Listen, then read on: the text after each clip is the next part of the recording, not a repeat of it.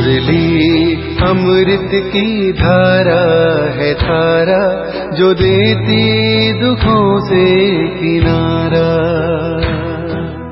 मुरली अमृत की धारा है धारा, जो देती दुखों से किनारा।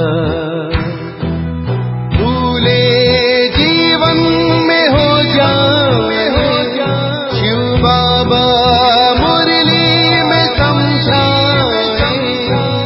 भूले जीवन में हो जाए शिव बाबा मुरली में समझाए। ओम शांति। आज की तारीख है 21/10/2022 की साकार मुरली। बाबा के महावाक्य है, मीठे बच्चे इस समय स्वयं भगवान तुम्हारे सामने हाजिर नाजिर है।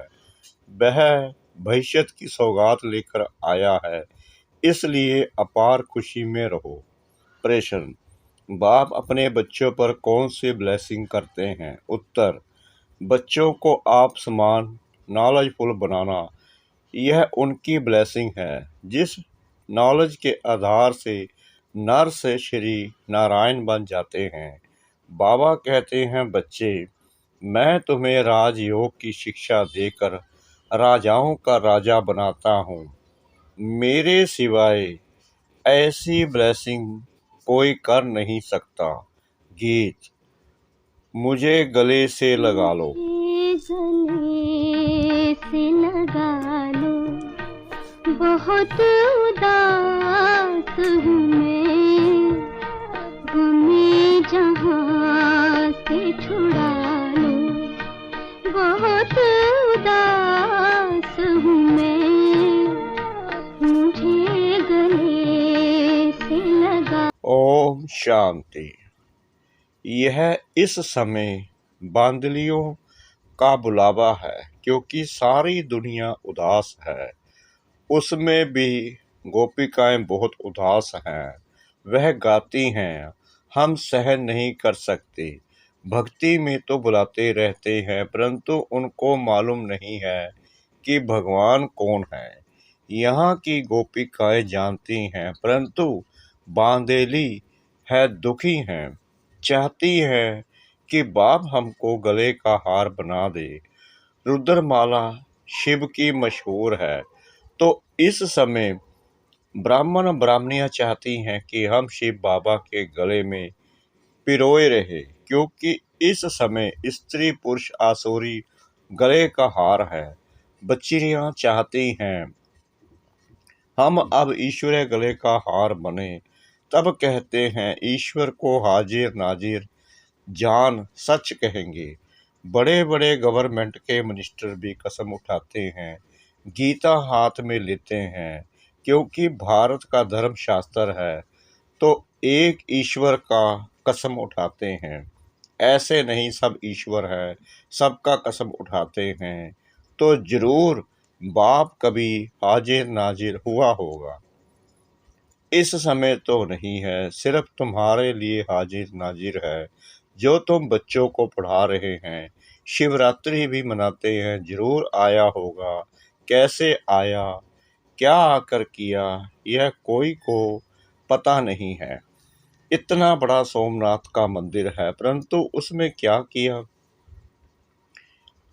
वह पता नहीं, क्योंकि शिव के बदले श्री कृष्ण का नाम डाल दिया है। संगम युग निकाल द्वापर डाल दिया है। तुम बच्चे जानते हो कि वह निराकार है, उनका मनुष्य जैसा आकार नहीं। अब वह हमारे सामने बैठा है, तुम उनको हाजिर नाजिर देखती हो। बरोबर नॉलेजफुल ब्लिसफुल है, नॉलेज देते हैं, यही उनकी ब्लिस है। इस नॉलेज के ब्लिस से तुम नर से नारायण बनते हो। वह ब्रह्मा तन से खुद पढ़ा रहे हैं। बाप खुद कहते हैं, लाडले बच्चे, मैं तुमको राजयोग सिखलाकर राजाओं का राजा बनाता हूँ। श्री कृष्ण नहीं सिखला सकते, वह खुद राजाओं का राजा बना है। वह सिर्फ एक श्री कृष्ण या लक्ष्मी नारायण नहीं होगा, यह तो सारी सूर्यवंशी डिनेस्टी थी। उनका राज्य अब माया ने छीन लिया है। अब मैं फिर सम्मुख आया हूँ। अब तुम ब्राह्मणों के सम्मुख हाजिर नाजिर हूँ। अब बाप जो इतना दूर देश से आया होगा तो जरूर कोई सौगात लाई होगी। लौकिक बाप जब आते हैं तो कितनी सौगात लाते हैं। यह तो सबका बाप है जिसको इतना सब याद करते हैं। दूर देश से आते हैं तो हाथ खाली थोड़े ही आएगा। बाप कहते हैं मैं तुम्हारे लिए सौगात लाता हूँ जो कोई मनुष्य ला ना सके। मैं भविष्य हेवन लाता हूँ। कितनी बड़ी सौगात है। बाबा साक्षात्कार भी कराते हैं। वहाँ कितना सुख है। अंग अंग में सुगंध है। लक्ष्मी नारायण के अंग अंग में सुगंध है। यह तन तो कीड़ों से भरा हुआ है। बाबा कीड़ों को उठाकर भमरी बनाते हैं। यहाँ के शरीर तो कीटाणुओं से भरे हुए रोगी हैं। वहाँ के शरीर कितने सुंदर हैं। मंदिरों में भी कितनी सुंदर मूर्तियाँ बनाते हैं। कितना फर्क है इस समय के शरीर और उन शरीरों में। 5000 वर्ष की बात है। यह भारत इंद्रप्रस्थ था। वहाँ आत्मा भी पवित्र थी तो शरीर भी पवित्र था। बाबा ठिक्कर के बर्तन से तुमको सोने का बर्तन बनाते हैं।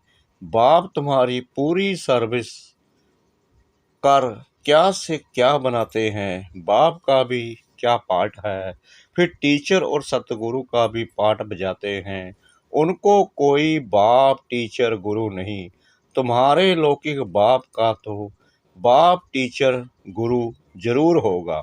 शिव बाबा कहते हैं मेरा कोई नहीं, परंतु उनके ऑक्यूपेशन को कोई नहीं जानते। जब तक किसको स्वर्ग का मालूम ना पड़े तब तक कोई भी जान नहीं सकते कि हम नरक में हैं। ग्रंथ में पढ़ते हैं मूत पलिती, परंतु अपने को वह नहीं समझते। बाप आया है ज्ञान देकर काले को गोरा बनाने के लिए। इस समय तुम ज्ञान सूर्य ज्ञान चंद्रमा बन रहे हो। सन्यासी पवित्र प्रवृत्ति मार्ग नहीं बना सकते हैं। वह यह नहीं कह सकते कि हम तुमको राजाओं को राजा बनाते हैं। वह निवृत्ति मार्ग के हैं। डर कर घर बार छोड़ जाते हैं। यहाँ कोई डर नहीं। बाप के पास बच्चे आए हैं, कहते हैं बाबा हमारे में ताकत है, इकट्ठे रह पवित्र रह सकते हैं। अगर कोई कन्या पर मार पड़ती है तो कन्या को बंधन से छुड़ाकर गंधर्वी विवाह कर सकते हैं। हम जल नहीं मरेंगे। ज्ञान तलवार बीच में रखेंगे। दोनों ब्राह्मण ब्राह्मणी भाई बहन कैसे विष पी सकते। शास्त्रों में भी गंधर्वी विवाह के लिए लिखा है, परंतु इसका अर्थ नहीं समझते। सन्यासी तो कह देते नारी नरक का द्वार है। उनके पास ज्ञान तलवार तो है नहीं जो इकट्ठे रह पवित्र रह सके। तुम उनसे बहादुर हो। काम चिता से उत्तर ज्ञान चिता पर बैठते हो तो काले से गोरे बन जाते हो। सन्यासी तो आजकल शादी भी कराते हैं। चर्च में भी शादियां होती हैं। नहीं तो क्राइस्ट को क्यों क्रॉस पर चढ़ाया।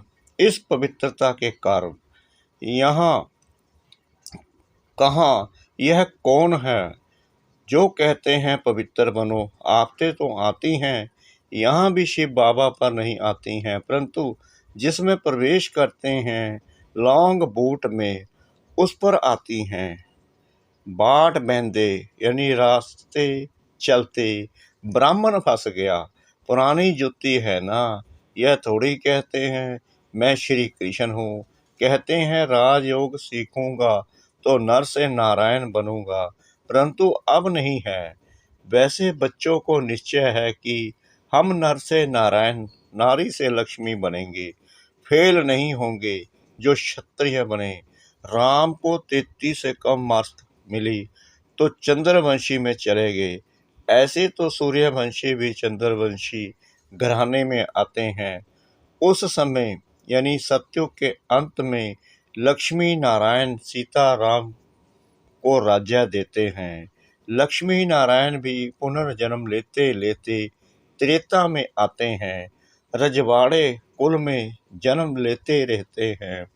फिर सीता राम नाम चला आता है। लक्ष्मी नारायण नाम खलास हो जाता है। अब प्रश्न पूछता हूँ, सब दर्शन चक्कर कौन सा है? एक दो से पूछा। हाँ, यह है चक्कर।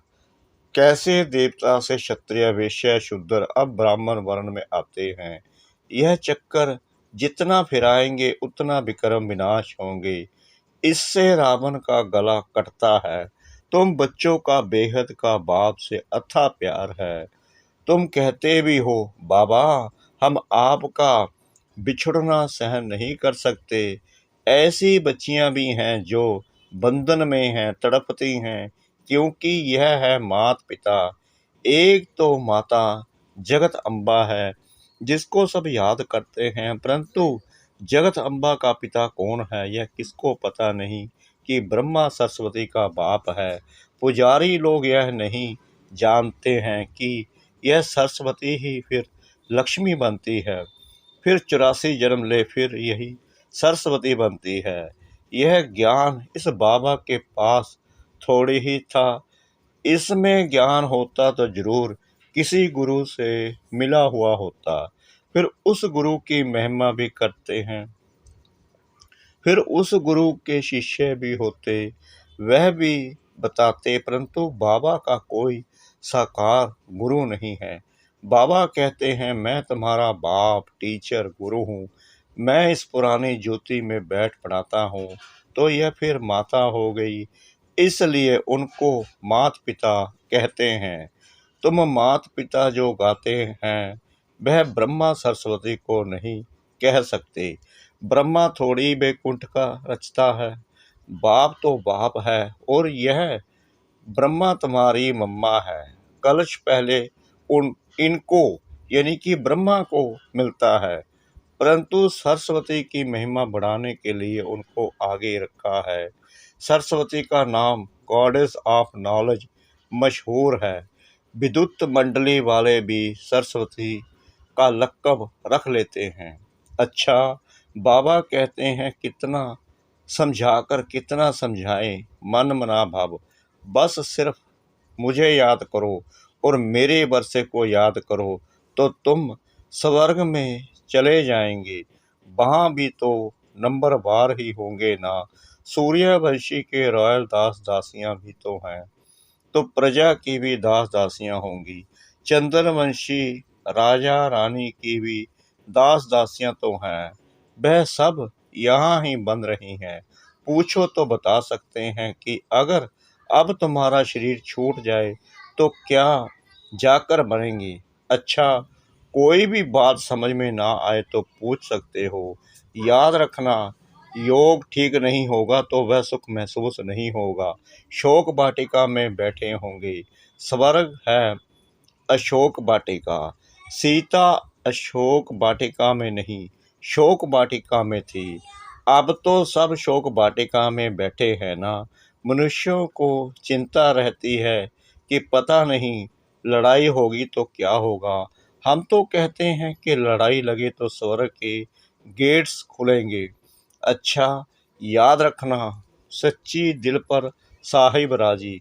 अगर अंदर शैतानी होगी तो विघ्न डालते रहेंगे तो फिर कड़ी सजाएं खाएंगे। ट्रेटर्स को हमेशा कड़ी सजाएं मिलती हैं। यह तो सुप्रीम जज भी है। श्री कृष्ण का चित्र दिखलाकर देखो इन पर भी कितने कलंक लगाए हैं। इसने तो ना कपड़े चुराए और ना ही कंस जरासंगी को मारा। उसका भी यानी श्री कृष्ण का मुंह काला कर दिया है। अच्छा, बाप दादा तो तुम बच्चों के सम्मुख हाजिर नाजिर है। तुम कहेंगे हमारी नज़र के सामने है, पतित बूट में आया है। भगवान खुद कहते हैं, मैंने पतित बूट में प्रवेश किया है, तब तो पावन बने। अब ब्रह्मा की रात है, तो ब्रह्मा भी रात में होगा ना। फिर विष्णु बनेंगे तो दिन हो जाएगा। अच्छा, मीठे मीठे सिकला दे बच्चों को याद प्यार दे रहे हैं। दादा कहो व गुप्त माँ कहो, वंडरफुल राज है। बाप दादा मीठे मीठे बच्चों को नंबरवार पुरुषार्थ अनुसार क्यों कहते? जानते हो, बाबा प्यार तब करेंगे जब बाबा माफिक सर्विस करते होंगे। जो जैसी मदद करते हैं वह भी तो प्रजा में आएंगे ना। उसमें भी नंबरवार साहूकार प्रजा भी होती है ना। अच्छा, गुड मॉर्निंग। रूहानी बाप की रूहानी बच्चों को नमस्ते। मीठे मीठे सिकला दे बच्चों प्रति माता पिता बाप दादा का याद प्यार और गुड मॉर्निंग। रूहानी बाप की रूहानी बच्चों को नमस्ते। हम रूहानी बच्चों की रूहानी बाप दादा को श्रद्धा भरी प्रेम भरी नमस्ते। शुक्रिया बाबा, शुक्रिया बाबा, शुक्रिया बाबा, इस मीठी मीठी मीठी मुरली के लिए। धारणा के लिए मुख्य सार नंबर 1, सच्चे साहिब को राजी करने के लिए बहुत बहुत सच्ची दिल रखनी है, कोई भी बिगड़ नहीं डालना है। नंबर 2, सुख का अनुभव करने के लिए अपना योग ठीक रखना है। सब दर्शन चक्कर पे आते विकर्मों को भस्म करना है। वरदान, न्यारी अवस्था में स्थित रह हर कार्य करने वाले सर्व के व परमात्मा प्यार के अधिकारी भव। जैसे बाप सबसे न्यारा और सबका प्यारा है, न्यारापन ही प्यारा बना देता है। जितना अपनी देह के भान से न्यारे होते जाएंगे उतना प्यारा बनेंगे। बीच बीच में प्रैक्टिस करो। देह में प्रवेश होकर कर्म किया और अभी अभी न्यारे हो गए। ऐसे न्यारी अवस्था में स्थित रहने से कर्म भी अच्छा होगा और बाप के व सर्व के प्यारे भी बनेंगे। परमात्म प्यार के अधिकारी बनना कितना बड़ा फायदा है। स्लोगन, शुभ भावना का स्टॉक फुल हो तो व्यर्थ को फुल स्टॉप लग जाएगा। शुभ भावना का स्टॉक फुल हो तो व्यर्थ को फुल स्टॉप लग जाएगा। मातेश्वरी जी के अनमोल महावाक्य। आत्मा कभी परमात्मा का अंश नहीं हो सकती है। बहुत मनुष्य ऐसे समझते हैं हम आत्माएं परमात्मा की अंश हैं। अब अंश तो कहते हैं टुकड़े को, एक तरफ कहते हैं परमात्मा अनादि और अविनाशी है, तो ऐसे ही अविनाशी परमात्मा को टुकड़े में कैसे लाते हैं? अब परमात्मा कट कैसे हो सकता है? आत्मा ही अजर अमर है, तो अवश्य आत्मा को पैदा करने वाला अमर ठहरा।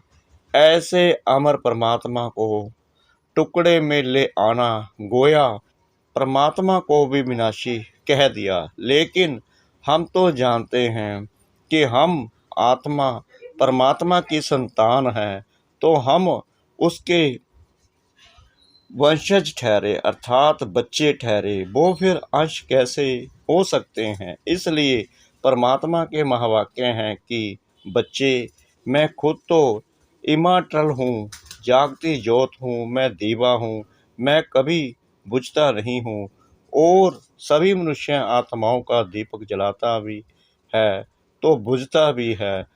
उन सबको जगाने वाला फिर मैं हूँ, क्योंकि लाइट और माइट देने वाला मैं हूँ। बाकी इतना जरूर है, मुझ परमात्मा की लाइट और आत्मा की लाइट दोनों में फर्क अवश्य है। जैसे बल्ब होता है कोई ज़्यादा पावर वाला, कोई कम पावर वाला होता है, वैसे आत्मा भी कोई ज़्यादा पावर वाली, कोई कम पावर वाली है। बाकी परमात्मा की पावर कोई से कम ज़्यादा नहीं होती है। तभी तो परमात्मा के लिए कहते हैं कि वह सर्वशक्तिवान है, अर्थात सर्व आत्माओं से उसमें शक्ति ज़्यादा है, वही सृष्टि के अंत में आता है। अगर कोई समझे परमात्मा सृष्टि के बीच में आता है, अर्थात युगे युगे आता है, तो मानो परमात्मा बीच में आ गया, तो फिर परमात्मा सर्व से श्रेष्ठ कैसे हुआ। अगर कोई कहे परमात्मा युगे युगे आता है, तो क्या ऐसा समझें कि परमात्मा घड़ी घड़ी अपनी शक्ति चलाता है। ऐसे सर्वशक्तिवान की शक्ति इतने तक है। अगर बीच में ही अपनी शक्ति से सबको शक्ति अथवा सद्गति दे देवे, तो फिर उनकी शक्ति कायम होनी चाहिए। फिर दुर्गति को क्यों प्राप्त करते हो। तो इसमें साबित यानी सिद्ध है कि परमात्मा युगे युगे नहीं आता है, अर्थात बीच बीच में नहीं आता है। वो आता है कल्प के अंत समय और एक ही बार अपनी शक्ति से सर्व की सद्गति करता है। जब परमात्मा ने इतनी बड़ी सर्विस की है, तब उनका यादगार बड़ा शिवलिंग बनाया है और इतनी पूजा करते हैं। तो अवश्य परमात्मा सत्य भी है, चैतन्य भी है और आनंद स्वरूप भी है। अच्छा, ओम शांति।